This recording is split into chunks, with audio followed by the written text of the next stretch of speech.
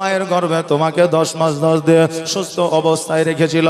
জগতের মধ্যে তুমি যখন ভূমিষ্ঠ হইলা, তোমাকে সুন্দর চেহারা দিয়েছিল, সুন্দর চোখ দিয়েছিল, সুন্দর কান দিয়েছিল, সুন্দর পা দিয়েছিল, সুন্দর হাত দিয়েছিল। আরে বান্দা, জগতের মধ্যে তোমার যেন কোন রকমের চলাফেরায় অসুবিধা না হয়, খাবার খাইতে যেন অসুবিধা না হয়, উপার্জন করতে যেন অসুবিধা না হয়, মানুষজন দেখতে, পৃথিবী দেখতে তোমার যেন অসুবিধা না হয়, আমি আল্লাহ তার ব্যবস্থা করে দিয়েছিলাম। জগতের মধ্যে বড় বানাইলাম, সুন্দর পরিবার দিলাম, সুন্দর নারী দিলাম, সুন্দর গাড়ি দিলাম, সুন্দর জমি জায়গা তোমাকে দিলাম। বান্দারে, আমি এত কিছু তোমাকে আমি দিয়েছি, আর তুমি আমার জন্য কি নিয়ে এসেছ? আল্লাহ সেই দিন বলবে, বান্দারে তোমাকে আমি এত কিছু দিয়েছি, তুমি আমার জন্য কি নিয়ে এসেছো বলো। সেই দিন বলবে, হা হা রে, আমার কি হবে, আমার কি হবে? যারা আল্লাহর ইবাদত বান্দি করেছে, যারা আল্লাহর উপাসনা করেছে, যারা জগতের মধ্যে রোজা রেখেছে, মাহফিলে তারা গিয়েছে, তারা বলবে, আল্লাহ গো, জীবনে কিছুই করতে পারি না, আল্লাহ তোমার সঠিকভাবে শুকরিয়া আদায় করতে পারি না, তবে আল্লাহ গো, আমার প্রিয় হবে তিনি বলেছিলেন, আল্লাহ রসুলের গুণগান যেই জায়গায় হবে, ওই মাহফিলে যারা হাজির হয়ে যাবে, জগতের কোনো জমিনে তারা থাকবে না, জগতের কোনো বাগানে তারা থাকবে না। ও আল্লাহ, ওই জায়গাটাকে আপনি জান্নাতের বাগিচা বলে ঘোষণা করেছিলেন। আল্লাহ গো, আমি ওই জান্নাতি বাগিচায় ছিলাম। আল্লাহ, আপনি নিজেই বলেছেন, একজন বান্দা যখন জান্নাতি স্বাদ পেয়ে যায়, আমি আল্লাহ তাকে জাহান্নামে দিই না। ও আল্লাহ, জগতের মধ্যে তুমি আমাকে জান্নাতের স্বাদ দিয়েছ, আজকে তুমি জাহান্নামে দিও না। আল্লাহ বলবে, বান্দারে, আজকে তোর জাহান্নামের এত ভয় তোর দিলে, তোর অন্তরে গেঁথেছে, আজকে আমার নবীর মাহফিলে গিয়ে হাজিরা দিয়েছিলে, এই কারণে আমি আল্লাহ তোর জীবনের গুনাহ খাতাগুলো মাফ করে আমি তোকে জান্নাতবাসী করে দিলাম। এরে আল্লাহর বান্দারা, আজকে জগতের মধ্যে কিসের গৌরব করো, আজকে জগতের মধ্যে কিসের বড়াই করো, আজকে কিসের ক্ষমতা নিয়ে আল্লাহর সঙ্গে পাল্লা দিয়ে চলো? আজকে আল্লাহ তাবারক তাআলা আল কোরআনে বলেছে, তুমি কি জানো না, খলিকাল ইনসানু দাইফা। আল্লাহ বলে, বান্দারা, আমি পৃথিবীর মধ্যে তোমাকে অতি দুর্বল করে পাঠিয়েছি, আমি পৃথিবীর মধ্যে তোমাকে একটা সময় সীমা দিয়ে পাঠিয়েছি, আমি পৃথিবীর মধ্যে একটা টাইম সেট করে দিয়ে পাঠিয়েছি। তোমার সময় সীমা যেই দিন সমাপ্ত হয়ে যাবে, তোমার সময় সীমা যেই দিন সমাপ্ত হয়ে যাবে, তোমার টাইম যেদিন অফ হয়ে যাবে, সেই দিন আমি আল্লাহ ইসরাইলের মাধ্যম দিয়ে তোমার মওত ঘটাবো। জোরে বলেন সুবহানাল্লাহ। আমরা মরণশীল বাবারে, মরতে আমাদের হবে, আমাদের জীবনটা পরিবর্তন করতে হবে। আমাদের জীবন যতক্ষণ পর্যন্ত পরিবর্তন না হবে, ততক্ষণ পর্যন্ত আমাদের দ্বারা সাগীরা কাবীরা গুনাহ বন্ধ হবে না। আপনি বলবেন, হুজুর গো, আমরা আমাদের জীবন পরিবর্তন করার চেষ্টা করে কিন্তু জীবন পরিবর্তন হয় না। আমরা বহু জায়গায় নিয়াত করেছি, ইরাদা করেছি, আগামীকালকে নামাজ পড়বো, নামাজ আর ছাড়বো না, আগামীকালকে মসজিদে যাব, মসজিদে যাওয়া বন্ধ করব না, পবিত্র রমজান মাসে রোজা করব, রোজা আমরা ছাড়ব না। কিন্তু হুজুর গো, আমাদের দ্বারা রোজা হয় না, চেষ্টা করেছি কিন্তু পারি না, নামাজ আমাদের দ্বারা হয় না, মসজিদে যাব বলেছি কিন্তু যেতে আমি পারি না। এই আল্লাহর বান্দারে, এই নিয়ে তুমি আজকে কেন কিয়ামত পর্যন্ত যদি করো, তোমার জীবন পরিবর্তন হবে না। এ বাবাজি ভাইরা, আজকে আপনাদেরকে বলে দিয়ে যাও, যতক্ষণ পর্যন্ত জান্নাত জাহান্নামের কথা আপনার অন্তরে না গেঁথে যাবে, যতক্ষণ পর্যন্ত জাহান্নামের ভয় আপনার দিলে না আসবে, যতক্ষণ পর্যন্ত কবরকে আপনার স্মরণে না আসবে, ততক্ষণ পর্যন্ত আপনার জীবন পরিবর্তন হবে না। আজকে পৃথিবীর মধ্যে যুবক ছেলেরা এমন ভাবে বাইক নিয়ে চলে, মনে হয় তারা জীবনে কোনোদিন মরবে না, তারা অমর হয়ে জগতের মধ্যে এসেছে। এই জন্য তো বাবা, রাস্তাঘাটে মোড়ে মোড়ে কত যুবক ছেলেরা অ্যাক্সিডেন্ট হয়ে পড়ে থাকছে, মোবাইলের খবরে তাদেরকে দেখা যাচ্ছে। এই যে দেখা যাচ্ছে কি যাচ্ছে না? বাবজি ভাইয়ের আপনাদের বলে দিয়ে যায়, আজকে আমাদের অলসতার কারণে, আমাদের সামান্য একটু ভুলের কারণে সারা জিন্দেগি ভর আমাদের টেনশন করতে হবে, আমাদের জিন্দেগি ভর কান্না করে বুক ভাসাইতে হবে। এই জন্য চিন্তা ভাবনা করে গাড়ি চালাবে, চিন্তা ভাবনা করে জীবন চালাবে, চিন্তা ভাবনা করে এক পা অপর জায়গায় ফেলবে। যখন চিন্তা ভাবনা করে ফেলবে না, তোমার জিন্দেগি বরবাদ হয়ে যাবে। আরে বাবা, জগতের মধ্যে এক নম্বর হলো জাহান্নামের ভয় যদি আপনার মধ্যে না আসে, আপনার জীবন পরিবর্তন হবে না। কবরের কথা যদি আপনার জীবনে না, মনে যদি না আসে, আপনার জীবন পরিবর্তন হবে না। এটা আমার কথা নয়, এটা আমার নবীজির কথা। আমার নবী বলে দিয়েছে, হে আমার উম্মাত উম্মাতিরা, তোমরা প্রতিনিয়ত প্রতিদিন যদি কবরকে 70 বার করে স্মরণ করো, আমার আল্লাহ কাল কিয়ামতের দিনে তোমাকে শহীদের দরওয়াজা দান করবে। জোরে বলেন সুবহানাল্লাহ।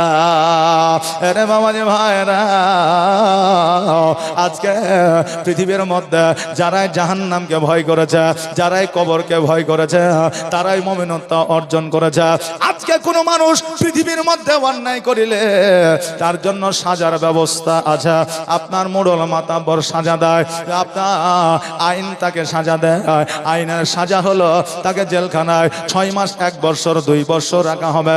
দেশের মানুষের বিচার হইল তার গলায় জুতোর মালা দিয়ে দিতে হবে, তার চুলগুলোকে কামিয়ে দিতে হবে, তাকে খালি গায়ে সারা গ্রাম ঘুরাইতে হবে। এইরকম শাস্তি কিন্তু বাবা আমাদের আমলে এখনো অনেক জায়গায় আছে। আগে বাবা বেশি হইতো, এখনো বর্তমানে আইনি ব্যবস্থা নেওয়া হয়। এই জন্য সামাজিক ব্যবস্থাগুলো, সামাজিক আপনার বিচারগুলো উঠে গেছে। কিন্তু বাবা লক্ষ্য করে দেখা গেছে এই রকম বিচারে 90% মানুষ আরো খারাপ হয়েছে, 10% মানুষ হয়তো ভালো হয়েছে। কেউ যদি 1 বছরের জেলখানায় যায়, পরবর্তী আসিয়া তার জীবন পরিবর্তন হয় না। একটা কুকাজে খারাপ কাজে লিপ্ত হয়ে গেল, সমাজ বিচার ব্যবস্থা করলো, তারপরে ওই যুবক আরো বেশি খারাপ হয়ে যায়। আজকে সমাজগত ব্যবস্থা যদি এই রকম থাকতো, কেউ যদি অন্যায় করে তাকে 5 বছর মসজিদে কন্টিনিউ নামাজ পড়তে হবে। কেউ যদি অন্যায় করে তবে তাকে 2 বছর কন্টিনিউ মসজিদে নামাজ পড়তে হবে। তাকে আলেম ওলামার কাছে বসতে হবে, জান্নাত জাহান্নাম সম্পর্কে তারা জানবে। দেখবেন তার জীবন পরিবর্তন হয়ে যাবে। আহারে বাবা, জান্নাত জাহান্নামের কথা আমার আল্লাহ তাবারাক তাআলা জগতের মধ্যে, আমার আল্লাহ তাবারাক তাআলা আপনার সব কথা কোরআনের মধ্যে বাবা দেয় না। জাহান্নামের কথা কোরআনের মধ্যে যদি সবকিছু দেওয়া থাকতো, মানুষ আজকে জগতের মধ্যে স্ট্রোক করত, হার্ট অ্যাটাক করে মারা যেত। কারণ জাহান্নামের ভয়াবহ যে আযাব রে ভাই, ওই ভয়াবহ আযাবের কথা শুনলে পরে মানুষ অটোমেটিক মৃত্যু বরণ করত। এই জন্য আল্লাহ তাবারাক তাআলা সব কথা কিন্তু লিপিবদ্ধ করে দেয় না। আল্লাহর বান্দা শোনো, আজকে জাহান্নামের কথা শুনিলে মানুষের জীবনে পরিবর্তন ঘটে। আজকে কবরের আযাবের সম্পর্কে আলোচনা শুনিলে মানুষের জীবনে পরিবর্তন ঘটে। কিন্তু বাবা, যেই জায়গায় জীবনের পরিবর্তন ঘটে ওই সমস্ত জায়গাতে আজকে মানুষ যেতে চায় না।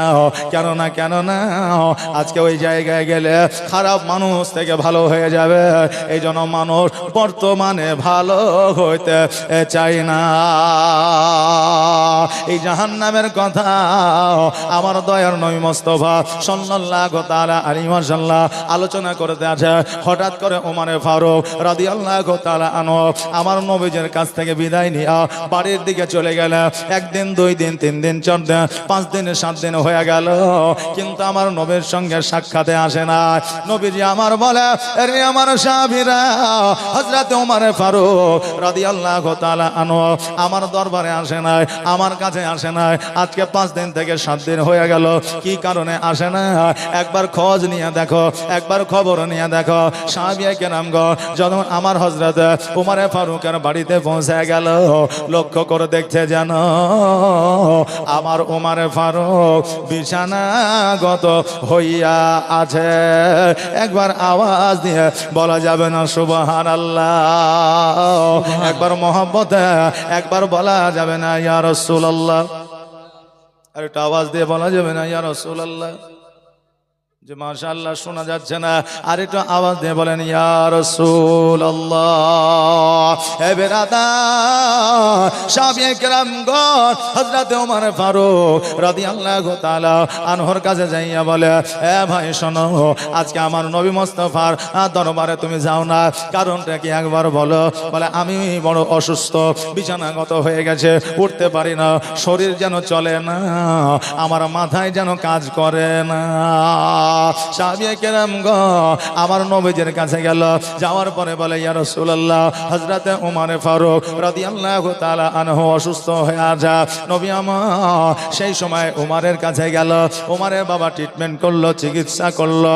আমার নবীজি বলে, ওমর রে, আজকে তোমার শরীরে কোন রোগ বালা নাই। এই ওমর, তোমার শরীরে আজকে জ্বর নাই, জ্বালা না, আজকে তোমার শরীরে ভিটামিনের কোনো অভাব নাই, আজকে তোমার রক্তে কোনো রকমের জীবাণু নাই, আজকে তোমার শরীরে অ্যালার্জির কোনো সমস্যা নাই, আজকে তোমার শরীরে সুগার নাই, কোলেস্ট্রল নাই, আজকে তোমার শরীরে থাইরয়েড নাই। আরে মা, আজকে হঠাৎ করে তুমি বিছানাগত হইয়া অসুস্থ কেন হইলা? এখন আমার আপনার প্রশ্ন হইতে পারে, হুজুর গো, সেই আমলে তো রক্ত পরীক্ষার কোনো ব্যবস্থা ছিল না, সেই আমলে ল্যাব ছিল না, সেই আমলে বিজ্ঞান ছিল না, সেই আমলে রোগ ট্রিটমেন্ট করার মতো, রোগ নির্ধারিত করার মতো কোনো মেশিন ছিল না। আমার নবী কেমন করে বলে দিতে পারলে হযরতে ওমরের কোনো রোগ নাই, বালা না? আমি আপনাদেরকে বলে দিয়ে যেতে চাই, সেই আমলে আমার নবীর চাইতে বড় বিজ্ঞান, বড় ডাক্তার, বড় মাস্টার কেউ ছিল না। এখনো পর্যন্ত আমার নবীর চাইতে বড় ডাক্তার, মাস্টার, উকিল, হাকিম হয় না, কিয়ামত পর্যন্ত হবে না। একবার জোরে বলেন সুবহানাল্লাহ। বাবজি ভাইরা, আমার মায়েরা, আমার নবী মুস্তাফা সাল্লাল্লাহু তাআলা আলাইহি ওয়াসাল্লাম সব কিছুই জানে যে হযরত ওমর কেন আপনার অসুস্থ হয়ে যায়, বিছানাগত কেন হয়ে যায়, নবী আমার জানে। জানার পরেও আজকে ওমরকে জিজ্ঞাসা করে কারণটা হইল, আমার নবীজি এই কথাটা জাহির করতে চায়। আমার নবী সেই সময়ে যদি বলতেন আমি সব জানি, সব বোঝে, তবে এই কথাটা আজকে ইতিহাসের পাতায় লেখা থাকতো না। এই জন্য আমার নবী জাহির করার জন্য আপনার বলেছিলেন, উমর শোনো, তোমার রোগ নাই, বালা নাই, মুসিবত নয়, অতএব তুমি বিছানাগত হয়ে গেছো কেন? আজকে ওমর ফারুক বলে, ইয়া রাসূলুল্লাহ, নবী গো, আজকে থেকে এক সপ্তাহ আগে জাহান্নামের কথা আপনি শুনিয়েছেন, কবরের আযাব সম্পর্কে আলোচনা করেছেন, আপনার জাহান্নামের সর্বের কথা আমাদের শুনিয়েছে। ওগো নবীজি, আজকে ওই জাহান্নামকে ভাবিয়া, ওই অন্ধকার কবরকে ভাবিয়া আজকে অসুস্থ হইয়া বিছানাগত হইয়া গেছি। নবী আমার বলে, ওমর রে, আজকে জান্নাতের সার্টিফিকেট আল্লাহ তোমাকে দিয়েছে, আজকে তোমার জীবনে গুনাহ না, তবুও তুমি জাহান্নামকে কেন ভয় পাও? ওমর বলে, ইয়া রাসূলুল্লাহ, ইয়া হাবিবাল্লাহ, নবী গো, আজকে আমি ওমর, আমি জান্নাতের সার্টিফিকেট পেয়েছি, আমার জীবনে গুনাহ নাই গো নবী, তবে আমার জীবনে চলার পথে, বলার পথে যদি কোনো রকমের মিস্টেক হয়ে যায়, ভুল হয়ে যায়, আমার আল্লাহ ওই সার্টিফিকেট বাতিল করতে পারে, আমার আল্লাহ আমার নেকিগুলো মাইনাস করে দিতে পারে। এই জন্য নবী গো, এইরকম দুর্দশার সময় যদি চলে আসে, আমি ওমর, আমার কি হবে? আজকে যে ওমরে জাহান্নামে যাওয়ার কোনো আপনার ভয় ছিল না, আজকে হযরত ওমর ফারুক নেকের কোনো অভাব ছিল না, জগতের মধ্যে জান্নাতের সার্টিফিকেট পেয়েছে, তবুও বাবা তিনি জাহান্নামকে ভয় করেছে। আর আজকে আমাদের একটা ইবাদত আল্লাহর দরবারে কবুল হয়েছে কিনা জানি না, না, তবুও মোরা জাহান্নামকে ভয় করি না। আল্লাহ তাবারাক তাআলা বলে, বান্দারে জগতের মধ্যে আমি তোমাদেরকে পাঠিয়েছি একমাত্র উদ্দেশ্য হলো মহব্বতের কারণে, ভালোবাসার কারণে। আপনি বলবেন হুজুর গো, এতদিন আমরা আলেম ওলামার মুখে শুনে যা মানুষকে জগতের মধ্যে একমাত্র ইবাদত বান্দেগি করার জন্য পাঠিয়েছে, আর আজকে আপনি বলছেন মহব্বত ভালোবাসার কারণে পাঠানো হয়ে যা। বাবারে তারা কি যুক্তিতে বলেছে জানি না, তবে আমি যেইভাবে আপনাকে বলছি একবার শুনেলে, আমার আল্লাহ তাবারাক তাআলা আমাদেরকে ইবাদত উপাসনার জন্য আমাদেরকে তৈরি করেছে, এটা আমরা জানি। কিন্তু মহব্বতের কারণে আল্লাহ তৈরি করেছে, এটা আমি জানি। কেননা আমার আল্লাহ তাবারাক তাআলা যদি চাইতা ফারিস্তাদেরকে বলতেন, ফারিস্তারা রে আজকে তোরা আমার উপাসনা করবে, ওই ফারিস্তাদের দ্বারা আল্লাহর উপাসনা বন্ধ হইতো না। আজকে আল্লাহ যদি বলতেন গাছপালা তোরা আমার উপাসনা করবে, এই গাছপালা আল্লাহর উপাসনা করতো, আজকে জীবজন্তু আল্লাহর উপাসনা করতো। কিন্তু মানুষকে ইবাদত বান্দিগির জন্য বানাইলো, এটা শুধু আমার আল্লাহর উদ্দেশ্য ছিল না, আমার আল্লাহর উদ্দেশ্য ছিল মহব্বত করা। জোরে বলেন সুবহানাল্লাহ। আল্লাহ তাবারাক তাআলা যখন মানুষ তৈরি করছিল, আল্লাহর ফারিস্তারা বলেছিল, আল্লাহ গো আপনি জিনকে তৈরি করেছে, আজকে জিন আপনার ইবাদত করে না, আজকে আপনি মানুষকে তৈরি করছে, এই মানুষ আপনার ইবাদত করবে না। আল্লাহ বলেছিল, ফারিস্তারা রে আমি আল্লাহ আমি যেটা জানি তোমরা সেটা জানো না। আজকে জগতের মধ্যে আমার বান্দারা আমার হাবিবকে যদি ভালোবাসে, আমার নবীকে যদি ভালোবাসে, আমার নবী খুশি হয়ে যাবে, আর আমার নবী যদি খুশি হইয়া যায় আমি আল্লাহ রাজি হইয়া যাব। একবার জোরে বলে সুবহানাল্লাহ। পৃথিবীর মধ্যে যারা নবীকে ভালোবাসলো না, যারা নবীকে ইশ করলো না, যারা নবীর নামে গুস্তাই করলো, তারা জিন্দেগিতে কোনোদিন জান্নাতে যেতে পারবে না। আল্লাহর নবী গো, নূরের নবী গো, কোন সাধনে পাইব আপনার মন। নবীকে ভালোবাসা দরকার আছে রে বাবা, কারণ নবী উম্মত উম্মতিকে ভালোবেসেছে। 63 বছর জীবনে জিন্দেগিতে পৃথিবীতে চলাফেরা করেছে, একটা দিনও আমার নবী যে উম্মত উম্মতির জন্য কাঁদে না, এইরকম একটা দিন ছিল না। 63 বছর নবী আমার কান্না করেছে উম্মত উম্মতির জন্য। এখনো পর্যন্ত নবী আমার সোনার মদিনায় কান্দে, কিয়ামত পর্যন্ত কাঁদবে। কতক্ষণ কাঁদবে? যতক্ষণ পর্যন্ত নবী আমার গুনাহগার উম্মত উম্মতিকে জান্নাতে না নিয়ে যাবে। একবার জোরে বলে সুবহানাল্লাহ। ওই নবীকে ভালোবাসিলে জান্নাত পাওয়া যাবে, নইলে জান্নাত পাওয়া সম্ভব হবে না। কেননা আমার নবী যে যখন তাইফের মধ্যে ইসলাম প্রচারের জন্য গেল, নবীজিকে আমার কাফেররা পাথরে আঘাত করলো, আর নবীজির সারা শরীর রক্তাক্ত হয়ে গেল। আমার আল্লাহ তাবারাক তাআলা বলে, হাবিব গো একবার শুধুমাত্র আমার দরবারে হাত দুখানা তুলে দাও। ওগো নবীজি আমাকে দুনিয়া রাজি চাই না, আমার আপনাকে রাজি চাই। নবী গো আপনি রাজি থাকিলে আমার দুনিয়ার কোনো দরকার না। একবার বলে না দুনিয়া আমি রাখবো না, এখনই ধ্বংস করে দেব। আমার নবী বলেছিল, আল্লাহ গো আজকে যারা আমাকে পাথর মেরেছে, আজকে যারা আমাকে কাকর মেরেছে, আজকে যারা আমাকে রক্তাক্ত করেছে, ওগো আল্লাহ আমাকে তারা চিনতে পারে না, আমাকে তারা জানতে পারে না। এরা যেদিন আমাকে চিনবে, এরা পাথর মারার বদলে আমার পায়ে সেই দিন চুম্বন করবে। জোরে বলেন সুবহানাল্লাহ। বাপজি ভাইরা আমার, নবী কোন মানুষের খারাপই চাই না, ক্ষতি চাই না। আজকে নবীজি যদি খারাপই চাইতেন, ক্ষতি চাইতেন, আজকে ইসলামের প্রচার ও প্রসার হইতো না, আপনার মাথায় টুপি থাকতো না, আমার মাথায় টুপি থাকতো না, মসজিদ হইতো না, মাদ্রাসাও আপনার পাইতাম না। এই জন্য নবীকে ভালোবাসা আমাদের জন্য জরুরি। নবী ছাড়া জান্নাত পাওয়া সম্ভব হবে না।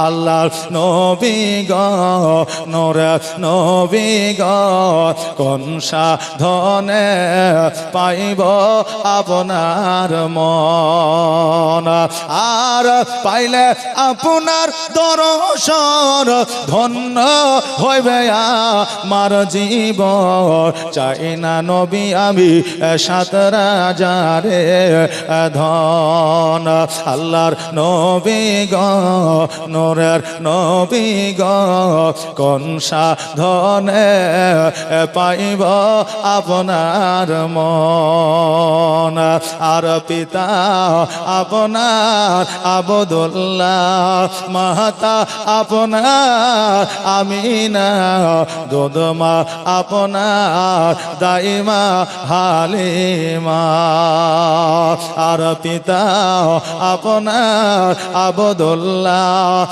মাতা আপনার আমিনা দুধমা আপনার দাইমা হালিমা আর কুরাইশ বংশে জন্ম আপনার রাত্রিতে হইলেন সাওয়ার মেরাজেতে নবী হইলেন রওয়ানা আল্লাহর নবী গো নূরের নবী গো কোন সাধনে পাইব আপনার মন আর পাইলে আপনার দর্শন ধন্য হইবে আমার জীবন চাই না নবী আমি সাত রাজারে ধন আল্লাহর নবী গো নূরের নবী গো কোন সাধনে পাইব আপনার মন আল্লাহুম্মা সাল্লাল্লাহু মাওলানা মুহাম্মদ ওয়ালা আলে সাইয়্যিদিনা মাওলানা মুহাম্মদ সাল্লাল্লাহু তাআলা আলাইহি ওয়াসাল্লাম বাবাজি ভাইরা আমার মায়েরা আজকে জগতের মধ্যে আমার নবী মুস্তাফা সাল্লাল্লাহু তাআলা আলাইহি ওয়াসাল্লাম আমাদেরকে এত কিছু দিয়ে গেছে রে বাবা আমার আগে যে বক্তা ছিল ওই বক্তা আলোচনা করতেছিল আজকে আমরা নামাজ পাইতাম না রোজা পাইতাম না আল্লাহকে চিনতাম না আল্লাহর ফেরেশতা বুঝতাম না আল্লাহর পয়গম্বর বুঝতাম না ওলি আউলিয়া বুঝতাম না আমার নবী এসেছিল তা আমরা সব কিছু পাইলাম এই জন্য আমার আল্লাহ তাবারাক তাআলা বলে দিয়েছে তোমার সন্তান আদি তোমার বিবি বাল বাচ্চা সবার চাইতে বেশি ভালো আমার নবীজিকে বাঁচতে হবে কিন্তু বাবাজি ভাইরা আমরা সন্তানের প্রেমে পড়িয়ে আছে আমরা বিবির প্রেমে পড়িয়ে আছে আমরা জগতের প্রেমে পড়িয়ে আছে বাবা আপনি কি জানেন না ইতিহাস সাক্ষী আছে ইতিহাস দেখে যারা দুনিয়ার প্রেমে পড়েছে তারা একদিন না একদিন জ্বালা যন্ত্রণা পেয়েছে তারা দুই চোখের পানিতে চোখ ভাসিয়েছে তারা মরুভূমিতে জিন্দেগি কাটিয়েছে বাবাজি ভাইরা আজকে আমরা ভাইকে ভালোবাসবো এক কাঠার জন্য ভাই আমাদের সঙ্গে যুদ্ধ ঘোষণা করবে বোনকে যদি ভাগ না দেয় বোন আমাদের বাড়িতে আসবে না বিবির সঙ্গে 40 বছর সংসার করলে ওই বিবিকে যদি সঠিকভাবে আপনি খাইতে দিতে না পারে অলংকার যদি দিতে না পারে কাপড় যদি দিতে না পারে ওই বিবি একদিন বলে বসবে এমন স্বামী পাইয়া আমার জীবনটা ধ্বংস হয়েছে আজকে সন্তানকে ভালোবাসবে সন্তান সবচাইতে আদরের জিনিস রে বাবা ওই সন্তান বড় হইবে আপনার কাছে বাইক চাইবে আপনার কাছে ব্যবসা চাইবে আপনার কাছে জমি জায়গা চাইবে আপনি যখন দিতে পারবেন না আপনার সন্তান বলবে বাবা আমায় শুধু জন্ম দিয়েছে বাবা কিছুই দিতে পারে না এই কথা সন্তান বাবাকে বলবে আমি ওই যুবককে বলবো বাবা রে আজকে যেই বাবাকে তুমি বলছো আমাকে জন্ম দিয়েছে কিছু আর দিতে পারে না আজকে তোমাকে যাহা দিয়েছে কিয়ামত পর্যন্ত ওই ঋণ পরিশোধ করতে পারবে না যুবক শুনে নাও তোমার বাবার সব চাইতে প্রিয় জিনিসটা তোমার বাবার সব চাইতে প্রিয় খাদ্যটা আজকে বাবা নিজে না খাইয়া তোমাকে বয়ে নিয়ে এসে তোমাকে খাইয়েছে। জোরে বলেন সুবহানাল্লাহ। বাবা আমার ঈদের দিনে ছেঁড়া কাপড় পরিধান করেছে, কিন্তু সন্তানকে নতুন কাপড় দিয়েছে। বাবা ছেঁড়া চপ্পল পরিয়া ঈদগার ময়দানে গেছে, সন্তানকে নতুন চপ্পল দিয়েছে। ঈদগার ময়দানে বাবা আমার সূর্যের তাপে বসে আছে, আর সন্তানকে ছাতার ছায়ার তলে বসিয়েছে। এর যুবক, তোমাকে তোমার বাবা ছায়ার মধ্যে রেখেছিল, তোমার বাবাকে কি রৌদ্র লাগে না? তোমার বাবার শরীরে কি চামড়া ছিল না? তোমার বাবার শরীরে কি লোহার কোন শিকল ছিল যেতে তাপ, সূর্যের তাপ লাগে না? আপনার চামড়ার শরীরে সূর্যের তাপ লাগতো, বাবারও কষ্ট হইতো, কিন্তু সন্তানের কষ্ট দেখিলে তার চাইতে 1000 গুণ বেশি কষ্ট হইতো। এই জন্য বাবা সূর্যের তাপ সহ্য করিয়া সন্তানকে ছায়ার তলে রেখেছিল। এই ঋণ তুমি কিয়ামত পর্যন্ত পরিশোধ করতে পারবে না। এই জন্য বাবা কিছু দেখ আর না দে, বাবা হলো মহব্বতের জিনিস, ভালোবাসার জিনিস। বাবাকে সম্মান করবে, ইজ্জত করবে। যতদিন পর্যন্ত বাবা হায়াতে আছে ততদিন পর্যন্ত তোমার মাথায় হাত বুলাবে। আর যেই দিন পৃথিবী থেকে আড়াল হয়ে যাবে, বাবা বাবা বলে যতই ডাকো না কেন, বাবা আর সাড়া দেবে না। কতজনের আব্বা মা ওই অন্ধকার কবরে শুয়ে আছে, বাবা বাবা বলে ডাকো, কিন্তু আব্বা আর সোনা মানিক বলে ডাকে না। বাড়ির পাশে বাবার কবর, তবু দেখা হয় না। বাবা আমার ভুলে গেলে ভোলা তো যায় না। আরে বাবা, আজকে তোমার বাবা চলে গেছে, আজকে তোমাকেও চলে যেতে হবে। পৃথিবীর মধ্যে একটা সত্য, মরতে আপনাকে হবে, চাহে আজকে হোক আর কালকে হোক। জীবনের প্রাণ পাখি একদিন উড়ে যাবে। এই জন্য হযরত জিবরিল ইসরাইল আলাইহিস সালামকে জিজ্ঞাসা করে, ইসরাইল, আমি তোমাকে একটা কথা জিজ্ঞাসা করতে চাই। বলে কি কথা? বলো। বলছে, তুমি যে এত জান কবজ করো মানুষের, মা সন্তানকে দুগ্ধ পান করাইতেছে, মায়ের কোল থেকে সন্তানকে কেড়ে নিয়ে আসো, মানে প্রাণটা বার করে নিয়ে আসো, তাই সন্তানকে তুমি কেড়ে নিয়ে আসো। ওই মায়ের বুকটা খালি হয়ে যায়, ওই মা কাটা মুরগির মতো ধড়ফড় করে কান্দে। আজকে কতই না ব্যথা বেদনা যন্ত্রণা ওই মা সহ্য করে। তুমি যখন ওই বাচ্চার প্রাণটা নিয়ে আসো, তোমার কি একটু দয়া মায়া হয় না? ইসরাইল রে, কোন একটা শৈশব সন্তানকে রেখে দিয়ে তার মাকে তুমি নিয়ে আসো। কোন মা সন্তান প্রসব করছে, ওই সময় সন্তানের চেহারা মা দেখতে পাইল না, আর সন্তান মায়ের চেহারা দেখলো না। সেই সময় ওই মায়ের জানটা তুমি কবজ করলা, তোমার কি একটু প্রাণে মায়া দয়া হইল না? আজকে জগতের মধ্যে বিবি থাকছে, স্বামীকে নিয়ে আসছো, স্বামী থাকছে, বিবিকে নিয়ে আসছো, বাপ থাকছে, সন্তানকে নিয়ে আসছো, সন্তান থাকছে, বাপকে নিয়ে আসছো, তোমার কি একটু মায়া দয়া হয় না? ইসরাইল বলে, জিবরিল, আমারও মায়া হয়, দয়া হয়, কিন্তু আল্লাহ যে অর্ডার আদেশটা করে, ওই আদেশ আমি ইসরাইল অমান্য করি না। জিবরিল শোনো, একদিন আমি এইরকম একটা ভুল কাজ করেছিলাম, যার জন্য এখনো পর্যন্ত আমাকে পস্তাতে হয়। এই জন্য জিন্দেগিতে এইরকম কাজ আর হবে না। বলে, কি করেছিলে বলো? বলে, আমার আল্লাহ তাবারাক তাআলা আমাকে আদেশ দিল, অনুমতি দিল। ইসরাইল শোনো, ওই দেখো সমুদ্রের ওপর দিয়া একখানা জাহাজ যাইতে আছে, ওই জাহাজের উপরে শত শত নারী আর পুরুষ আছে, ওই শত শত নারী পুরুষের জান তোমাকে কবজ করতে হবে। আমি ইসরাইল ওই জাহাজের উপরে হাজির হয়ে গেলাম। হাজির হয়ে যাওয়ার পরে কিছুক্ষণ পরে একটা দুর্ঘটনার কবলে পড়ে গিয়া জাহাজখানা পানিতে ডুবে গেল। আর যেমনই পানিতে ডুবে যাওয়া, আমি প্রত্যেকটা নারী পুরুষের জানকে আমি কবজ করলাম। কিন্তু জিবরিল শোনো, একটা সন্তান ওই সময় একজন মা পৃথিবীতে ভূমিষ্ঠ করিল, একটা শৈশবকালের সন্তান, আতুরের সন্তান জগতের মধ্যে আসিল। আমি ইজরাইল, আমার বড় মায়া হয়ে গেল, দয়া হয়ে গেল, তার মায়ের জানটা কবজ করলাম, কিন্তু এই বাচ্চাটার জানটা কবজ করতে পারলাম না। আমি একখানা তক্তায় চাপাইয়া ওই বাচ্চাটাকে কিনারার দিকে আমি ঠেলে দিলাম। আমার আল্লাহ বলেছিল, ইজরাইল রে, আজকে তুমি যে জায়গাটায় ওই বাচ্চাটাকে ছেড়ে দিয়েছিলে, তারপরে তুমি আর খোঁজ নাও না ওই বাচ্চাটা মারা গেছে না জিন্দা আছে, ওই বাচ্চাটা খেতে পাইলো কি পাইলো না, ওই বাচ্চাটাকে কুমিরে খাইলো না মাছে খাইলো, তুমি খোঁজ নাও না।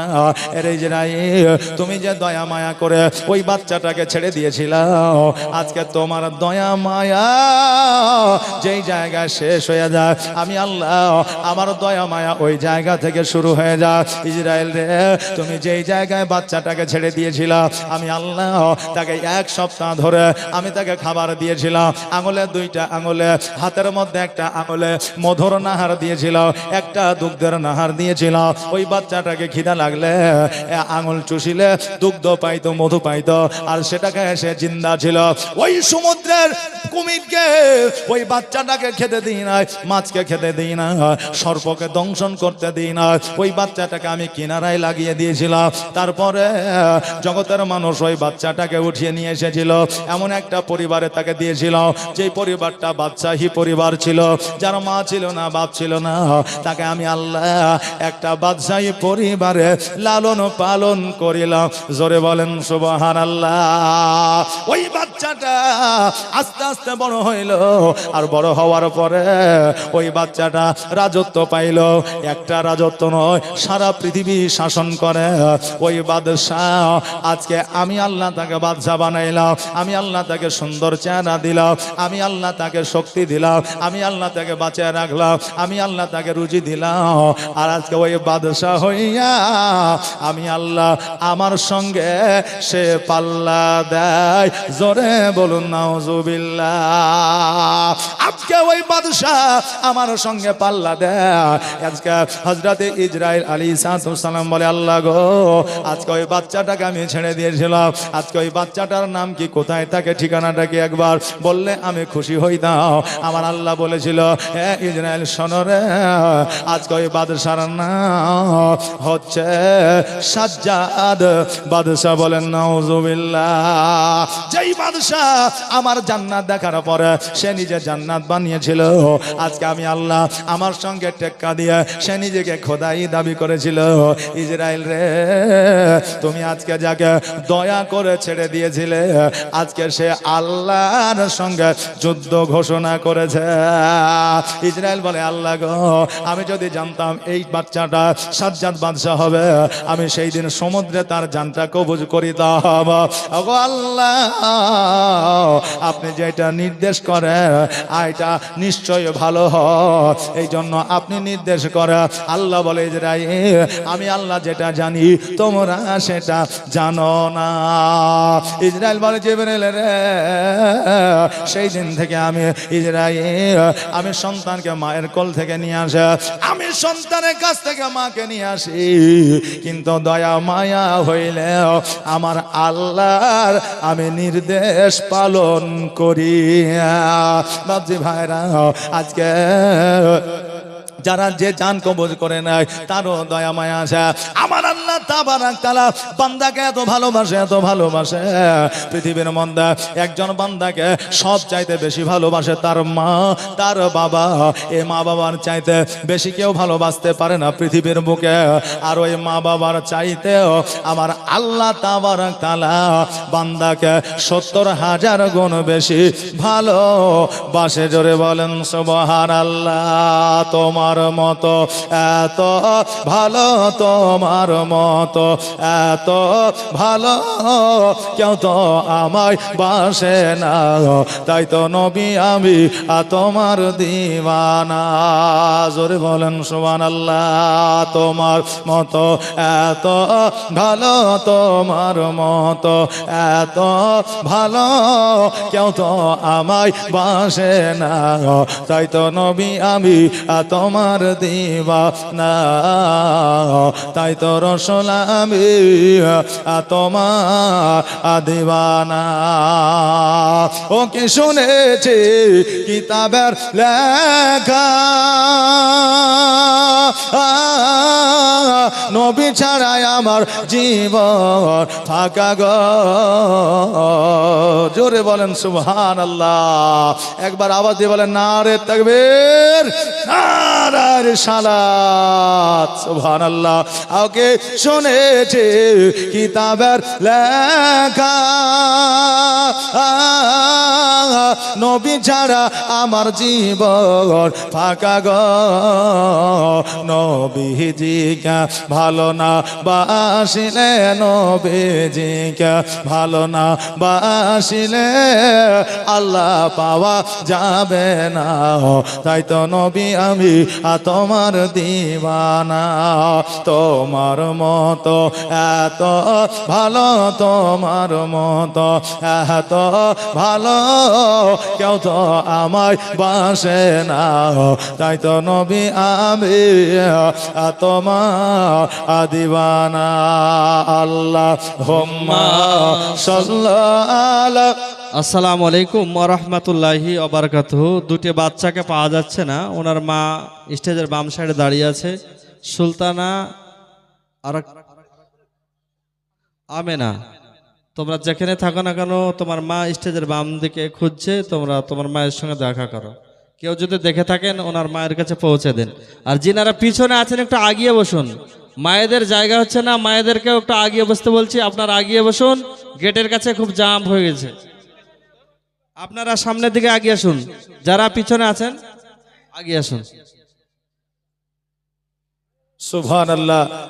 বাবজি ভাইরা একটু আগে আগে আসেন তো, এই খালি জায়গাগুলো একটু পূরণ করেন, কারণ মায়েদের একটু সংখ্যা বেশি তো। একটু চট বলছে, এটা কি তিরপল বলে না চট বলে যে, হ্যাঁ চট তিরপল যাই হোক, ওই পেছনের একটা উঠাইবে, সামনে আপনার পারবে তো। একটু বাবজিরা যুবকের একটু আগে চলে আসো। আর আমার মা বোনদেরকে বলবো, রিকোয়েস্ট আপনাদের কাছে আবেদন, একটু আগে চলে আসেন তো, এই যে খালি জায়গাগুলো পূরণ করেন। আর না হলে ওই সাইড দিয়ে একটা রাস্তা দিয়ে দেন, মা বোনেরা এসে সামনেখানে বসবে। একটু ওই সাইড দিয়ে রাস্তা দিয়ে দেন, মা একটু সাইড দিয়ে রাস্তা দিয়ে দেন, ওই মা বোনেরা এসে সম্মুখে এসে বসবে। সুবহানাল্লাহ। আসেন বাবজি একটু সামনে আগে আসেন, কারণ সবাইকে একটু জায়গা করে দিতে হবে নাকি বলেন, সবাইকে বসার একটু সুযোগ করে দিতে হবে। সুবহানাল্লাহ, সুবহানাল্লাহ।